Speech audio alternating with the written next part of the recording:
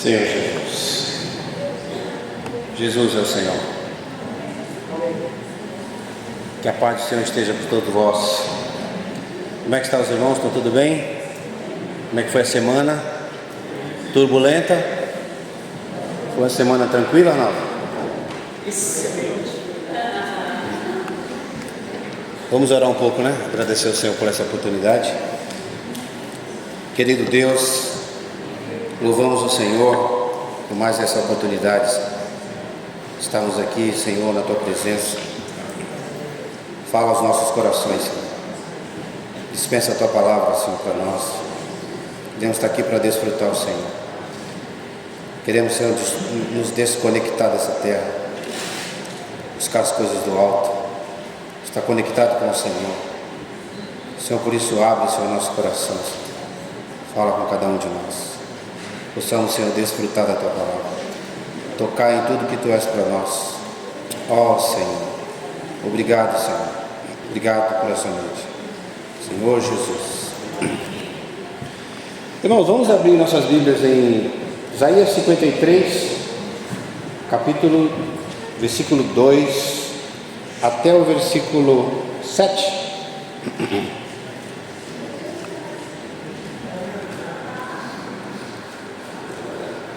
Queria convidar os irmãos, aqueles que puderem ficar de pé, aqueles que não puderem podem ler sentado, não tem problema.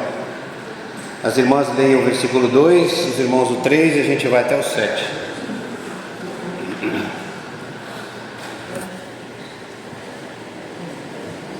Amém? Hoje a gente não vai ter os versículos aqui, vou apresentar para os irmãos alguns slides. Isso é até uma maneira boa de nos forçar a ter a nossa Bíblia em papel. Ou se você tem sua Bíblia no celular, não tem problema, a gente pode ler. A partir do versículo 2, podemos ler? As irmãs? Ou ninguém tem Bíblia, ou as irmãs não acharam. Pode repetir, irmão, por favor? Isaías 53, versículo 2. Ferreira de Almeida.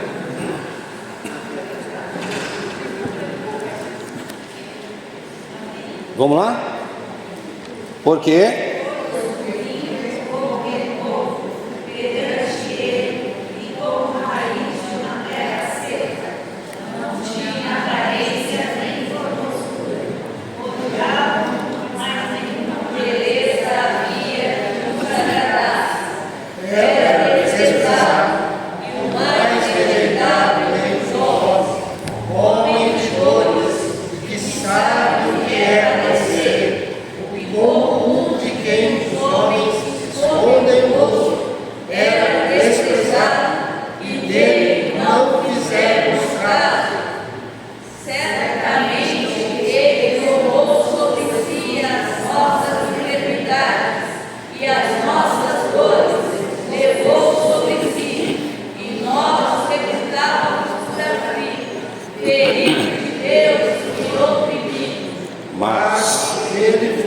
Traspassado pelas nossas transgressões e moído pelas nossas iniquidades.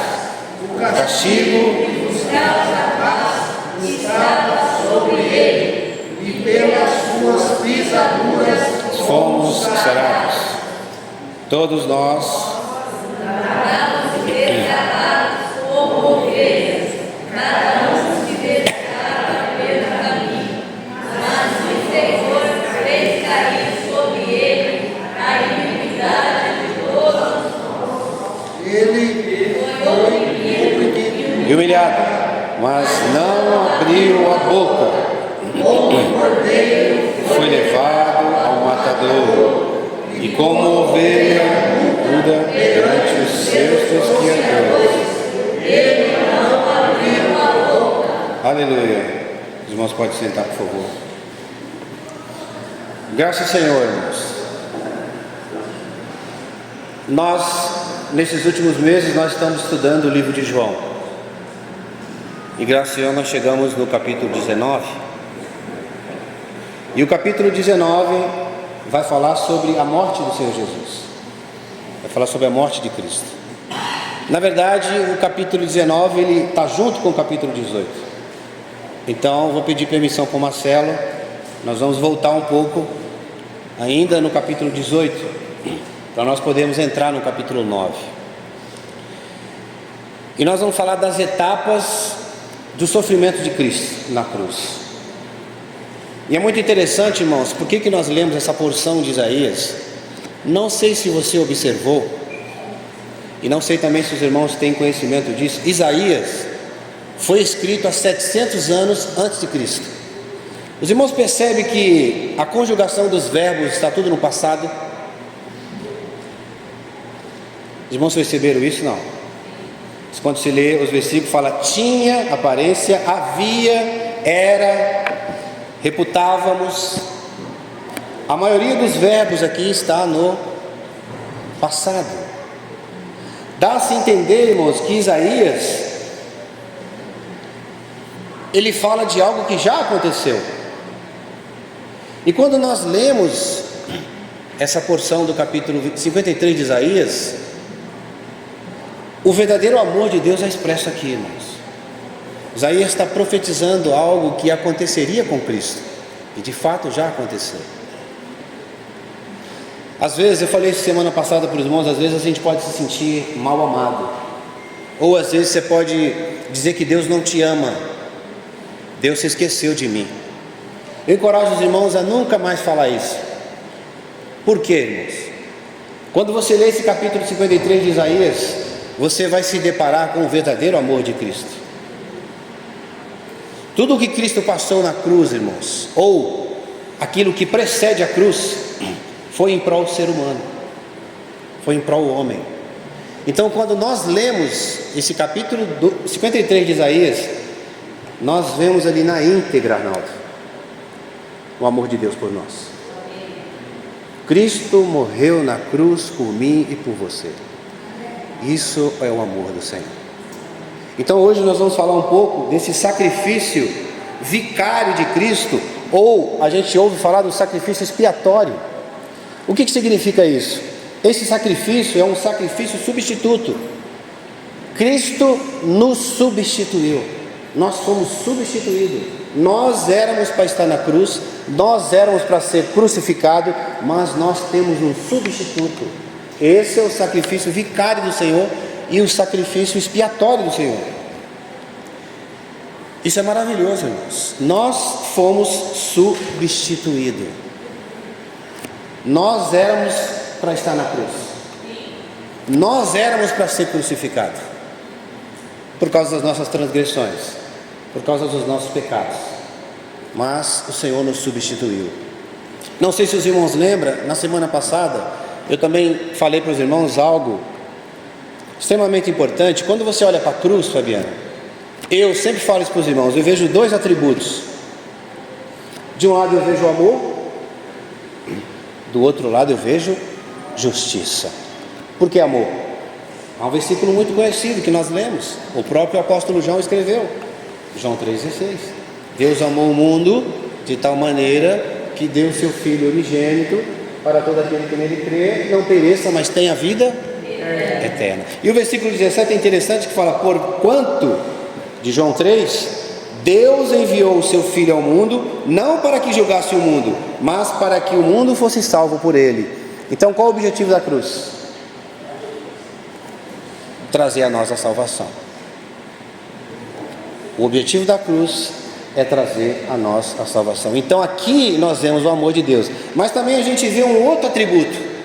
Que atributo? Nós vemos ali na cruz a justiça. Por que justiça, irmãos?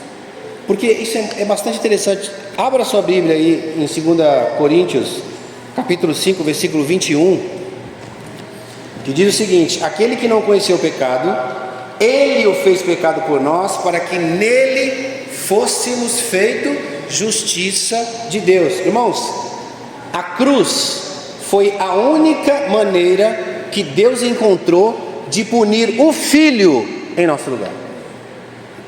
Isso é justiça. Então os irmãos percebem, quando eu olho para a cruz, eu vejo duas coisas. Eu vejo o amor de Deus, Deus me amou, Deus amou o mundo de tal maneira, e por outro lado eu vejo justiça. Ele não tinha pecado, ele se fez pecado por nós. justiça de Deus. Por quê? Porque o Filho foi punido em nosso lugar. Isso é a justiça de Deus. Então, quando eu olho para a cruz, eu vejo esses dois atributos. O que nós percebemos, irmãos? Sem a cruz não haveria salvação. Sem a cruz não haveria remissão dos pecados. Sem a cruz não haveria perdão dos pecados. Os irmãos percebem a importância da cruz? Hoje em dia, irmãos, é muito difícil você ver por aí pregações sobre a cruz. É importante falar sobre a cruz? É importante nós lembrarmos de tudo que o Senhor fez por nós? É importante você se lembrar qual o significado da cruz, o que significa a cruz. Eu acho que de vez em quando é importante nós falarmos sobre a cruz. E quando a gente fala das etapas dos sofrimentos de Cristo, nós temos que perceber uma coisa muito importante, Fabiana. O Senhor Jesus, ele era 100% homem e ele também era 100% Deus. Amém? Então o Senhor Jesus, ele tinha alma? Sim ou não? Sim. Tinha alma? Sim. Então, quando nós falamos de sofrimento, etapas do sofrimento do Senhor Jesus, eu preciso voltar à mensagem anterior. Porque o Senhor Jesus, ele sofreu emocionalmente no âmbito psicológico. O Senhor Jesus, ele sofreu fisicamente e ele também sofreu moralmente. Então, irmão, o Senhor Jesus sofreu de todos os lados. De todos os lados ele sofreu. E nós estamos estudando o livro de João, né? Só que é interessante nós notarmos isso. No capítulo 19, nem no capítulo 18, João ele cita o sofrimento de Jesus no Getsemane. Você vai ler o livro de João, você não vai ver João citando isso. Na verdade, os outros dois evangelhos sinóticos, tanto Marcos como Mateus, também não cita essa porção do Getsemane tão detalhada como o evangelho de Lucas. Agora, João, ele não detalha o sofrimento de Jesus no Getsemane, porque a intenção do apóstolo João, a intenção do livro de João é mostrar Jesus na sua divindade, é mostrar Jesus como Deus, mostrar Jesus como Filho de Deus. E o evangelho de Lucas, ele dá mais ênfase à questão humana do Senhor Jesus. Por isso que você vai ver com detalhes Lucas descrevendo, narrando aquilo que aconteceu no Getsemane. O irmão Bruno perguntou para mim o que é o Getsemane. O Getsemane é um jardim que fica no Monte das Oliveiras. Um jardim que significa prensa de azeite, que ali era feito esse trabalho. Então era um jardim onde o Senhor Jesus foi orar. E é muito importante nós percebermos isso. Eu vou pedir para os irmãos a gente dar uma passeada nos outros evangelhos. Apesar de nós estarmos estudando o livro de João, eu sempre falo isso para os irmãos. Quem fala muito isso é o pastor Hernandes Dias Lopes. Ele fala que nós temos um evangelho, é o evangelho de Cristo narrado por 4 pessoas diferentes, não é? Qual que é o evangelho? É o evangelho de Cristo narrado por Lucas, é o evangelho de Cristo narrado por João, evangelho de Cristo narrado por Marcos. É o evangelho de Cristo narrado por 4 pessoas diferentes. Então nós vamos falar hoje de um fato que aconteceu.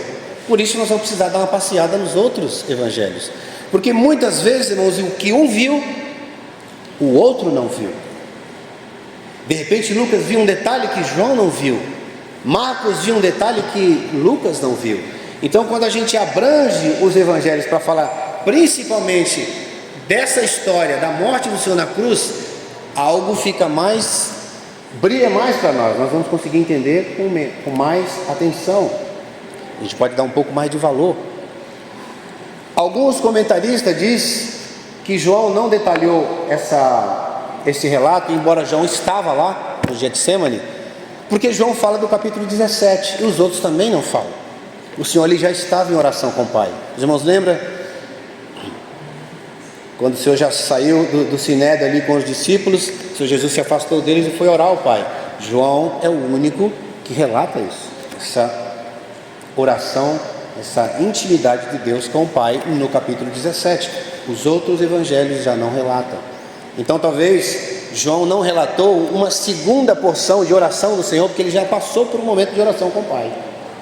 Então eu vou pedir para os irmãos abrir o livro de Lucas, no capítulo 22 de Lucas, versículo 39.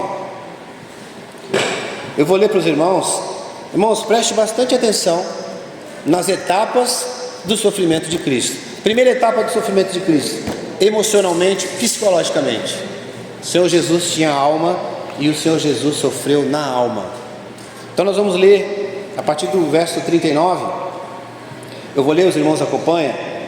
Diz assim: e saindo, foi como de costume para o Monte das Oliveiras, e os discípulos o acompanharam. Está vendo? Lucas já não cita Getsêmani, ele já fala Monte das Oliveiras. O livro de Marcos já cita o Getsêmani. Então nós já sabemos que aqui é o Getsêmani, que é o mesmo relato em todos os outros evangelhos. E os seus discípulos o acompanharam. Versículo 40 fala: chegando no lugar escolhido, que é o Getsêmani, Jesus lhe disse: orai para que não entreis em tentação. Ele, por sua vez, se afastou cerca de um tiro de pedra. Olha que interessante. Alguns falam que era um estádio, outros comentários falam que foi 30 metros, outros falam que foi 40, 20 metros. Enfim, ele se afastou uma distância considerável e de joelhos orava, dizendo: Pai, se queres, passa de mim esse cálice. Contudo, não se faça a minha vontade, e sim a tua. Então lhe apareceu um anjo do céu que o confortava. Olha que interessante. O livro de Lucas é o único que cita e ali apareceu um anjo. Por quê? Mas tem um significado muito grande isso. E Lucas também vai relatar que Jesus suou sangue. É o único. Lucas era um médico, então por isso que é detalhista na questão do sofrimento de Cristo. E aí ele continua no versículo 44: estando em agonia, orava mais intensamente. É interessante abrir um parênteses aqui, que o livro de Marcos, olha só o detalhe, né? Marcos 14, 33, só abrindo um parênteses, diz que ele estava tomado de pavor e angústia. Lucas aqui fala que ele estava em agonia intensa. E aconteceu que o seu suor se tornou como gotas de sangue caindo sobre a terra. Levantando-se da oração, foi ter com os discípulos e os achou dormindo de tristeza. Disse-lhes: por que estáis dormindo? Levantai-vos e orai, para que não entreis em tentação. Irmãos, vamos prestar atenção em duas coisas aqui, nesses versículos. Dois fatos aqui muito importantes. Lucas, o versículo 44 fala: e estando em agonia, orava mais intensamente. Marcos, eu falei para os irmãos, ele estava: a minha alma está profundamente triste, e triste até a morte. Irmãos, é muito interessante essa palavra angústia. Preste bem atenção nisso, principalmente as irmãs. Irmãos, os irmãos podem desligar esse ar-condicionado para mim? Por favor. Está congelando aqui, irmãos.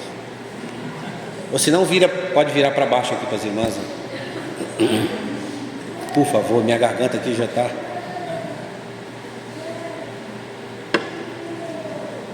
Essa palavra angústia, irmãos, as irmãs, os irmãos também, mas as irmãs sofrem mais disso.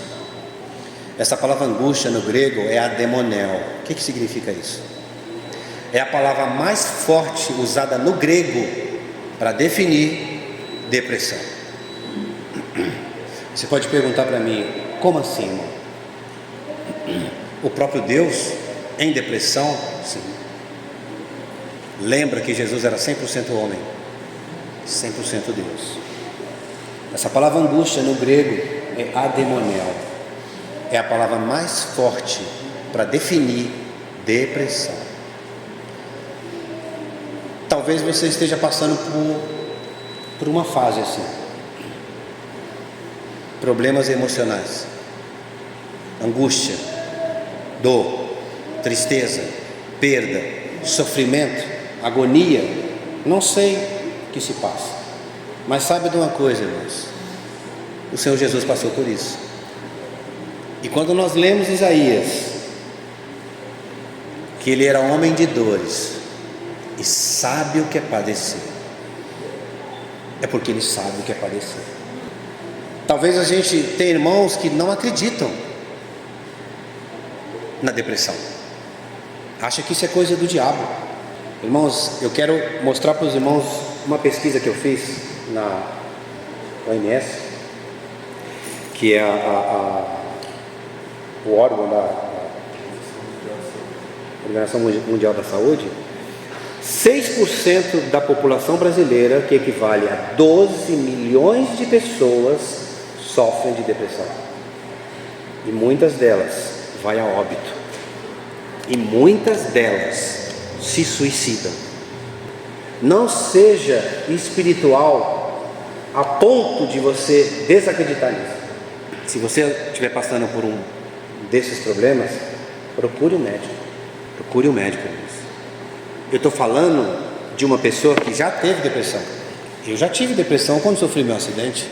Fiquei quando eu sofri um acidente, caí de uma escada e operei a coluna, eu fiquei vários meses sem andar. Eu achei que eu ia me tornar um inútil. Caí na cama e só queria deitar e não queria mais fazer nada. E eu era desses, Arnaldo. Que nada, isso aí é coisa do diabo. E você lá, na cama, sofrendo por uma doença que existe. Então preste atenção nisso, irmãos. Essa doença existe. Nós temos irmãs hoje, por exemplo, a minha auxiliadora ali está estudando nessa área, a Fabiana também. As irmãs têm mais experiência com essa questão da alma. Procure as irmãs para ser ajudadas, não é? Então isso é importante. Esses dias eu peguei a Raquel fazendo uma análise comigo na mesa e eu nem percebi. Eu falei, peraí, você está me... Não, como é que fala? Você está me analisando? Não estou entendendo. E ela estava ali anotando as coisas. Eu falei, está me analisando, Ligos. Então, irmãos, é interessante nós observarmos isso. Abrir um parente aqui, viu, irmãos? Essa doença existe. E o Senhor Jesus, Ele passou por isso. Ele estava em angústia, tristeza, dor. A alma estava deprimida. Irmãos, olha só. Jesus estava calma, deprimida. Como isso, meu Deus? Oh, meu Pai, como que Jesus estava calma, deprimida? Estava triste. E triste até a morte. Olha o versículo lá para você ver, irmão. Angustiado, irmão. E pediu para os discípulos orar. Lucas não cita Pedro, Tiago e João. Marcos cita. Aqui ele fala os discípulos. Mas ele veio com os 11, deixou 8 e avançou com 3.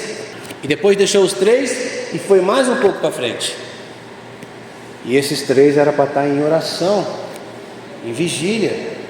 Mas, infelizmente, os discípulos estavam dormindo. Precisamos orar, irmãos. Nós estamos vivendo dias difíceis. E o Senhor fala para os discípulos: nem um pouco vocês podem orar comigo.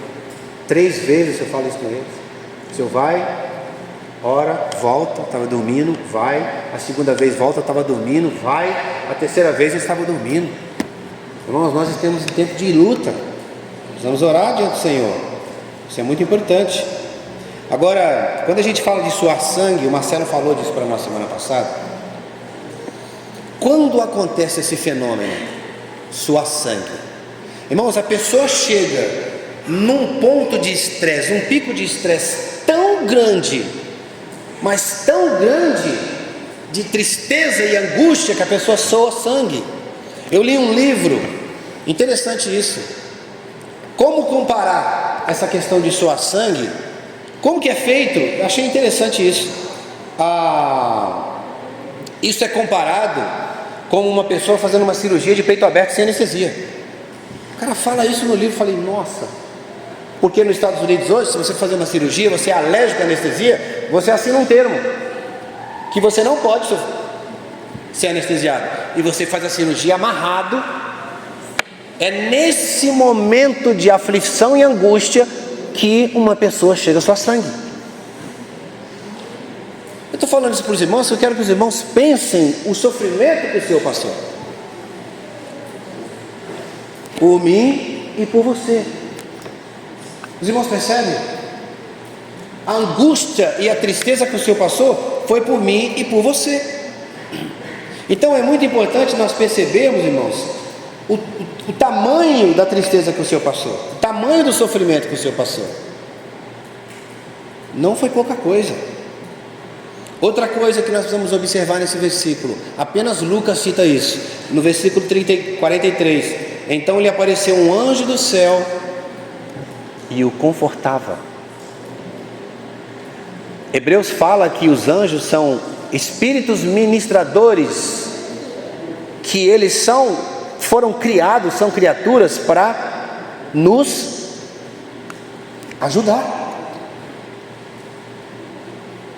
Deus envia anjos para nos proteger, irmãos.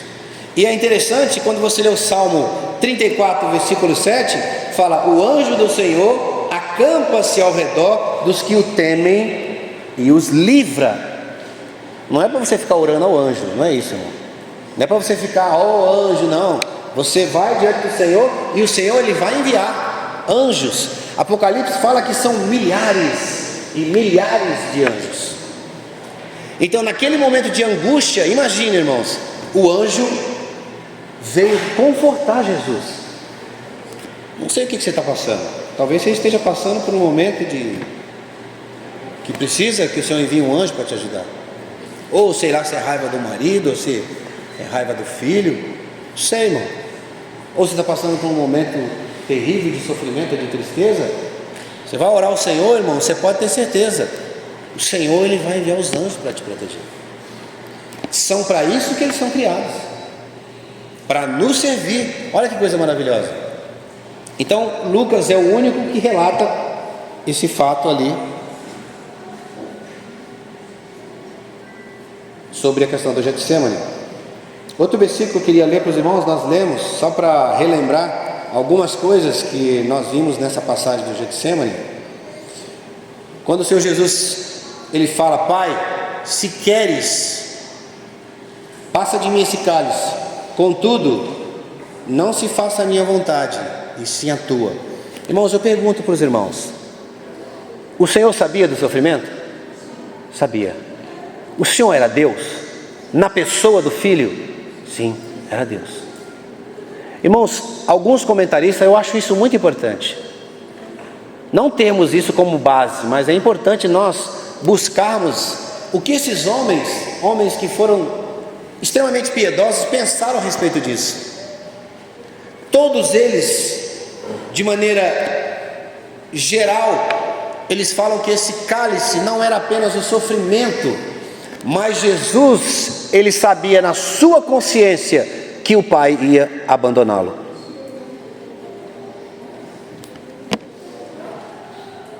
Ele sabia na sua consciência que esse momento, nós sabemos que o Senhor Jesus passou ali 3 horas na cruz. Das 9 ao meio-dia, o povo estava sendo julgado. Mas do meio-dia até as 15, o Pai o abandonou, porque o pecado, ele estava julgando o pecado. Então Jesus, ele sabia desse cálice, ele sabia desse sofrimento. E aí ele foi ao Pai e falou: Pai, se possível, passa de mim esse cálice.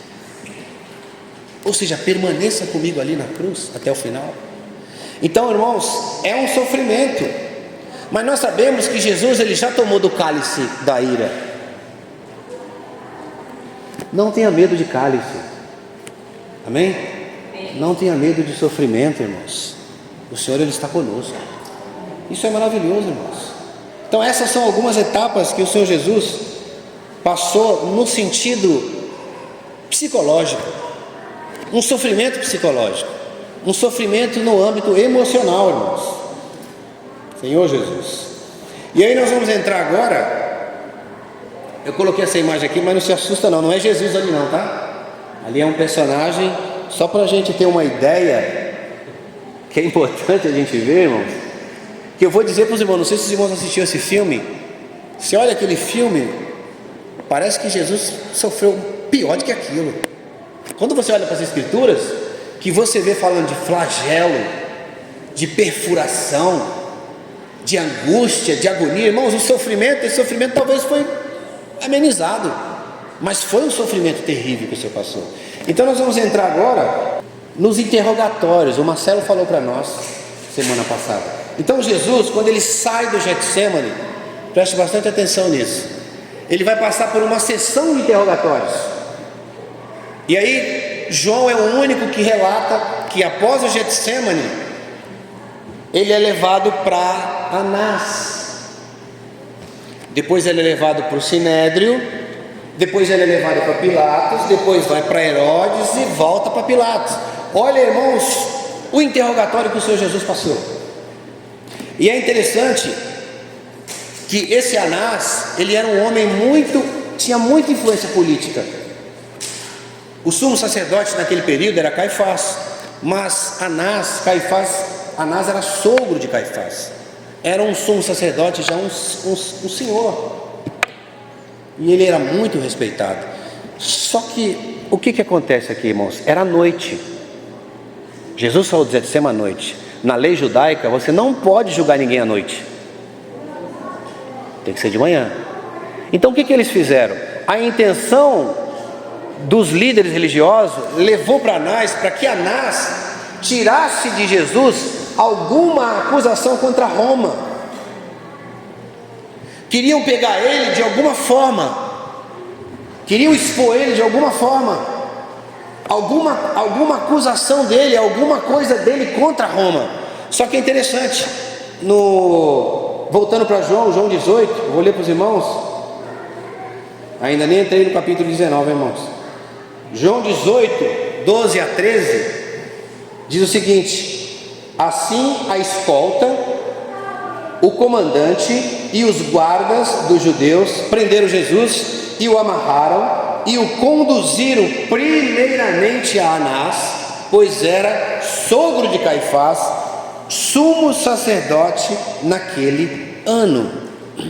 O que aconteceu ali? Não acharam nada nele, nenhuma acusação. Então ele teve que esperar a noite até chegar o dia seguinte.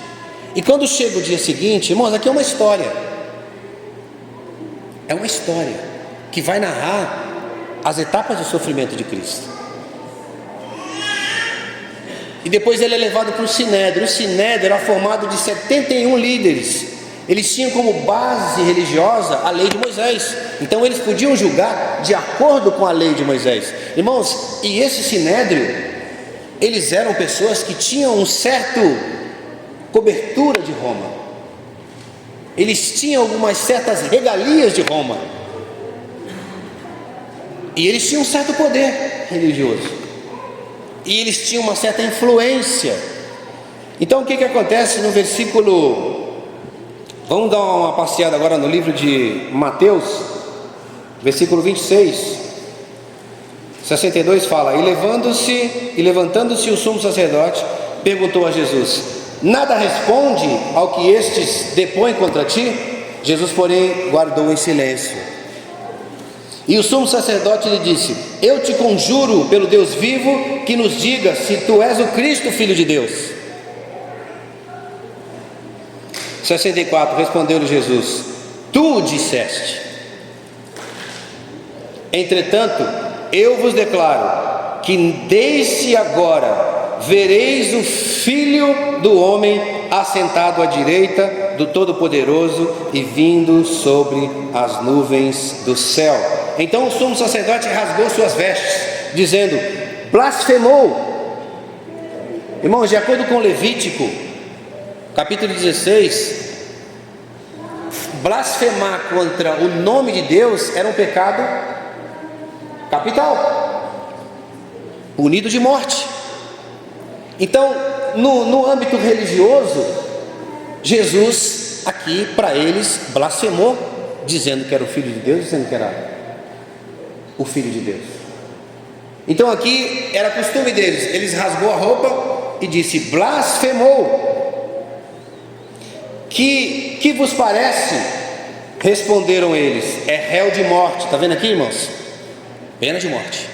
Blasfêmia pena de morte. Então, uns cuspiram-lhe no seu rosto e lhe deram murros, e outros os esbofeteavam,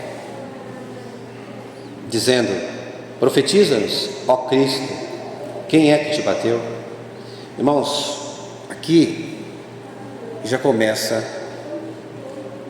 mais um pouco a questão do sofrimento de Cristo no âmbito físico e moral. Moral, você agredir a honra de alguém, você agredir a imagem de alguém. É isso mesmo, advogado? É eu negredir a imagem de alguém, a honra de alguém. E o que mais aconteceu com Jesus foi isso. Então os irmãos percebem? Sofrimento no âmbito emocional, psicológico, moral, e aqui começou as agressões. Irmãos, preste bem atenção nisso. Essa é a segunda etapa do sofrimento do Senhor. Começa as agressões físicas. E nós precisamos refletir um pouco sobre isso, irmãos. Nós precisamos refletir um pouco sobre isso. Mas como eles não acharam nada, Bruno, com respeito a Roma, o que eles fizeram? Levaram o seu Jesus a Pilatos. Pôncio Pilatos, governador de Roma. Religiosamente nós achamos, ele blasfemou. Então vamos levar ele agora para o governador, para que o governador o crucifique, porque nós já vimos que ele blasfemou contra Deus. Não pode condenar uma pessoa por condenação religiosa. Se não tiver algo contra Roma, não tem como você penalizar alguém. E os irmãos sabem, esse primeiro interrogatório de Pilatos com Jesus, quero ler para os irmãos, volta para Lucas 23. É importante, irmãos, a gente ler esses versículos para nós entendermos um pouco melhor. Capítulo 23 de Lucas, a partir do verso 1, fala: levantando-se toda a assembleia, levaram Jesus a Pilatos, e ali passaram a acusá-lo, dizendo: encontramos, preste atenção aqui, as 3 acusações que os líderes religiosos levantaram de Cristo. 3 acusações, está no versículo 3. Primeira acusação: encontramos nesse homem pervertendo a nação de Roma, a nação. Outro: vedando pagar tributo a César. Olha só o que eles inventaram. Aqui já é alguma coisa contra Roma, sim ou não? O cara está impedindo as pessoas de pagar imposto. Na verdade a gente sabe que não foi isso, né? Lembra que ele falou para Pedro: dá a César o que é de César? Então eles estavam aqui inventando algumas coisas para crucificar o Senhor, que a intenção deles era crucificá-lo. E aí a terceira acusação: e afirmando ser ele o Cristo, o rei. Então lhe perguntou Pilatos: tu és rei dos judeus? Respondeu Jesus: tu dizes.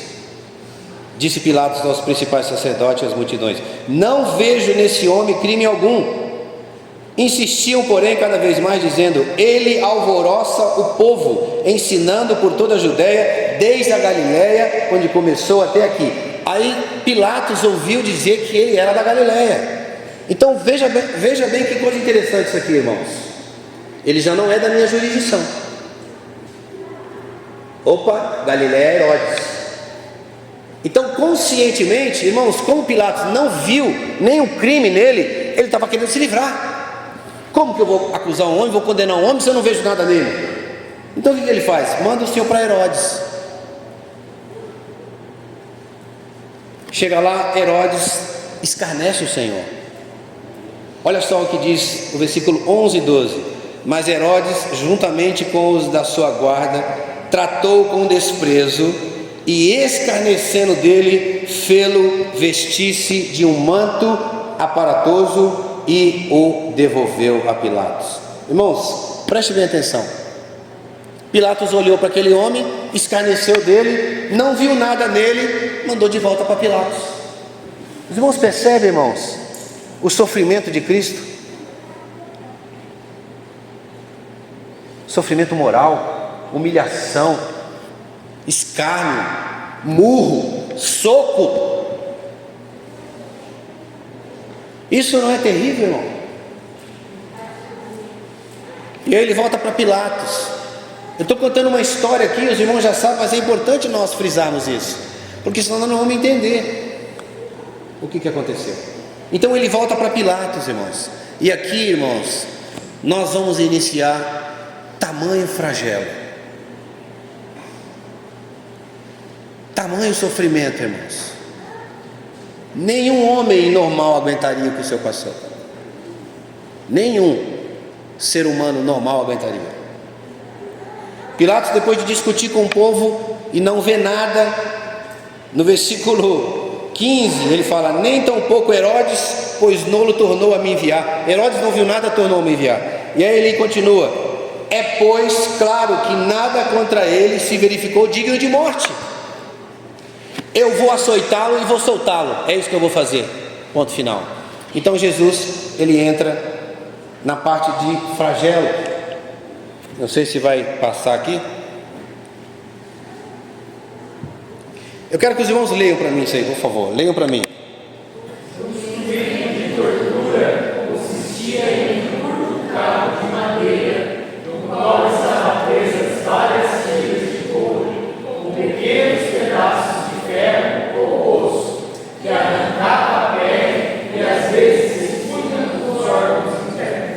Irmãos, presta atenção nisso aqui.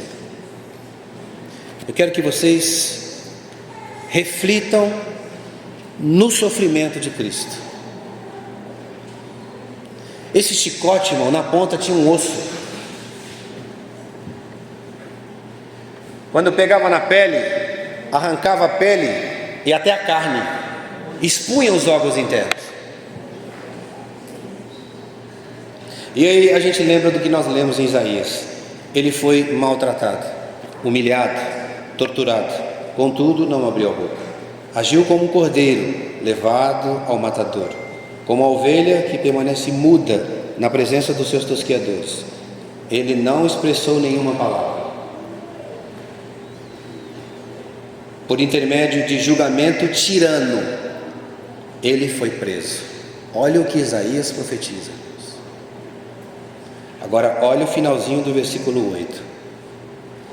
Pois ele foi ceifado da terra dos viventes, por causa do erro do meu povo, ele foi golpeado. Preste atenção nisso, irmãos. Nós levamos no seu papel os nossos pecados, na realidade. Irmãos, esse tipo de sofrimento, esse tipo de flagelo, na época, ser humano algum, eles evitavam, depois de um certo período no século, morte na cruz, porque o ser humano não aguentava. E aí, como se não bastasse,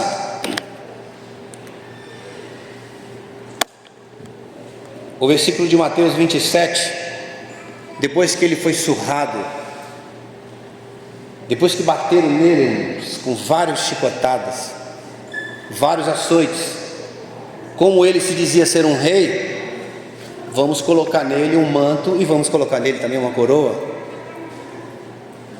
Leia para mim, irmãos, por favor.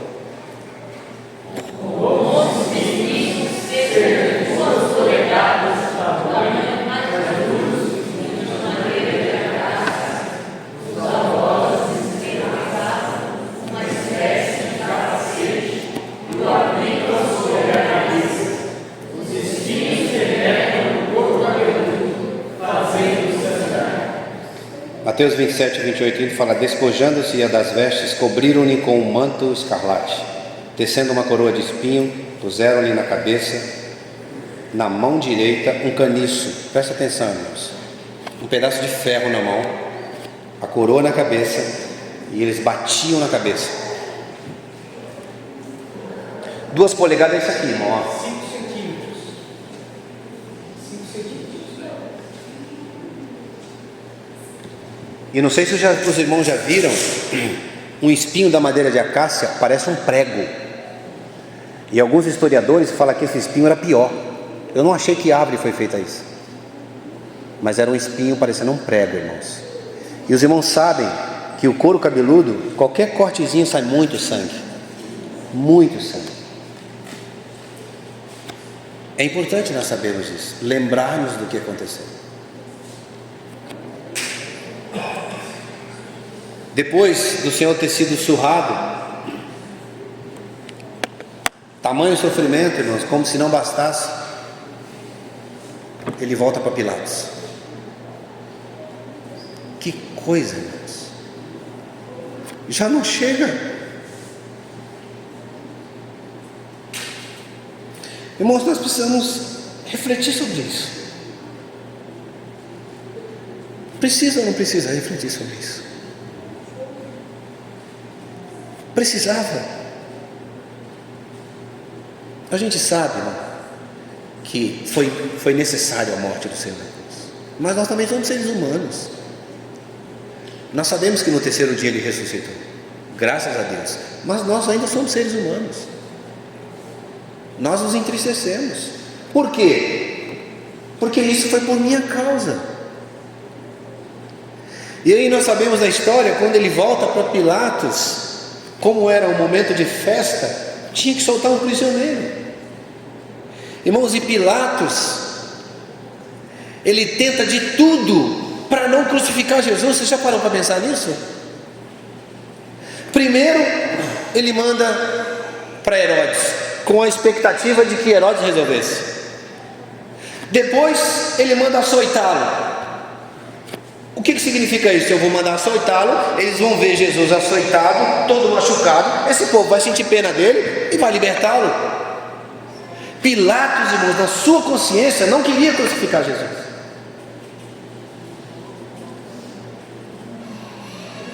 Então aqui ele faz a última tentativa, Fabiano. Vou soltar um preso. Só que Barrabás era um bandido, cometeu homicídio da pior espécie, e na expectativa de colocar Jesus e Barrabás, acreditando que os religiosos judeus iam escolher Barrabás para ser crucificado, eles escolheram Jesus. Crucificam.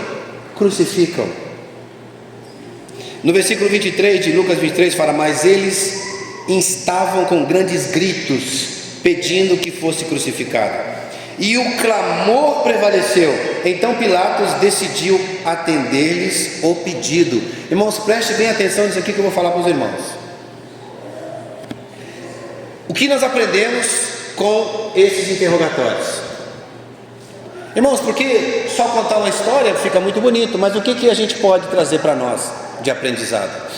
3 coisas eu queria falar para os irmãos aqui.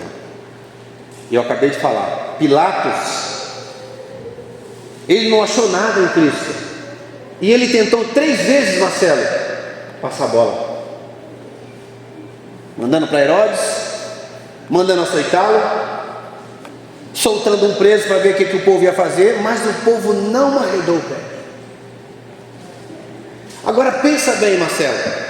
Estou falando Marcelo porque isso aqui fala muito da questão do juiz. Pilatos é um juiz. O juiz não viu crime algum no réu.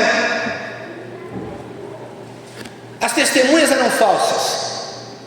Pilatos se fez de advogado de defesa. O juiz virou advogado de defesa. Vocês vão crucificar? Ele se tornou advogado de defesa. Mas mesmo assim, ele autorizou crucificar Jesus. Aqui, irmãos, é o politicamente correto. É o politicamente correto. Então aqui o Senhor Jesus, ele foi liberado na mão dos religiosos para que ele fosse crucificado. Só que como se ainda não bastasse, irmão, lê para mim, por favor, esse trechinho que está ali.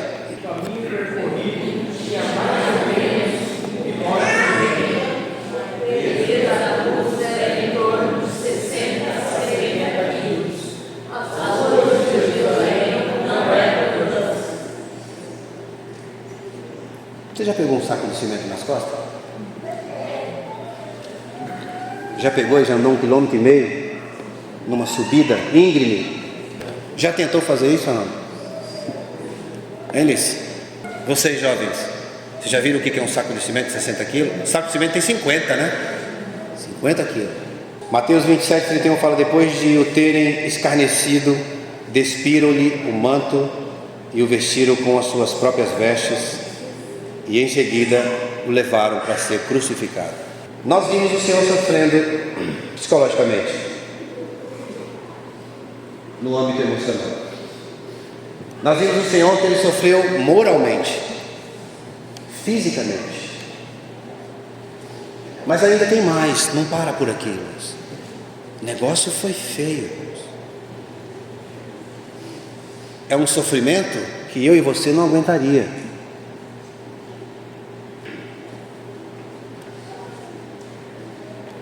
A próxima imagem é os pregos.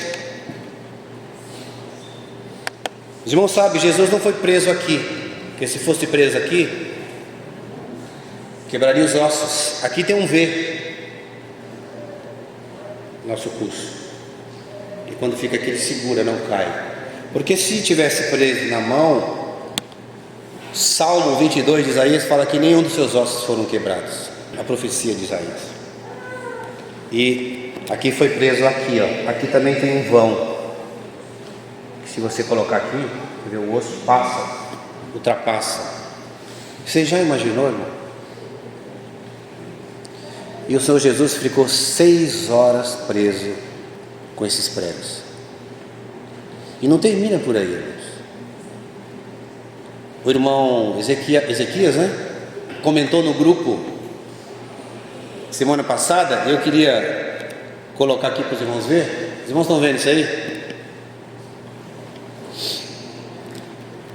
Irmãos, pode parecer ridículo isso, tá? Mas se você for pesquisar em livros históricos, isso aqui é um banheiro aonde ficava o Gólgota. Ali havia um banheiro. Lê para mim, por favor, esse trechinho aqui, irmão.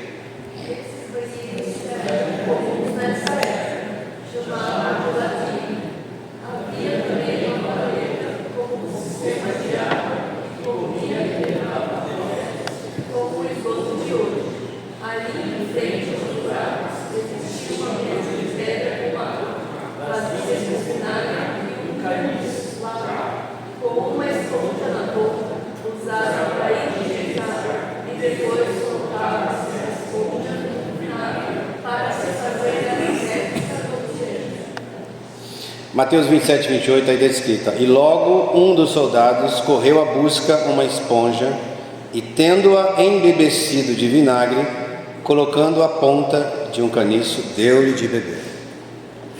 É isso aí que você está pensando mesmo. É o papel higiênico da época. E isso foi levado até a boca do Senhor.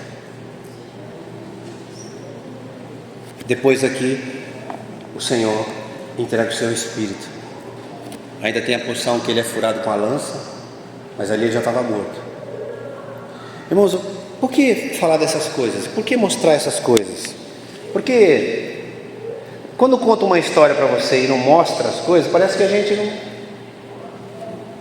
É só uma história. É como se falar de um filme para você e você não assistir. Não é? Então quando a gente vê algumas imagens, a coisa parece que foi real. Agora o que a gente precisa, depois eu falar um pouco da morte do Senhor, talvez amanhã a gente fale um pouco, mas eu queria trazer uma reflexão para os irmãos. O que isso significa para mim? O que o sofrimento de Cristo significa para mim? O que a morte de Cristo na cruz significa para mim? O que o sofrimento de Cristo significa para mim? Irmãos, preste bem uma coisa, preste bem atenção. O Senhor morreu pelos meus pecados, pelos seus pecados. O Senhor foi castigado pelos meus pecados, pelos seus pecados. Qual o valor que nós damos para isso? A nossa vida às vezes não muda. A gente vê isso, assiste isso, mas parece que a nossa vida não muda. Nossa vida precisa mudar, irmãos. Foi pago um alto preço por nós, por mim e por você.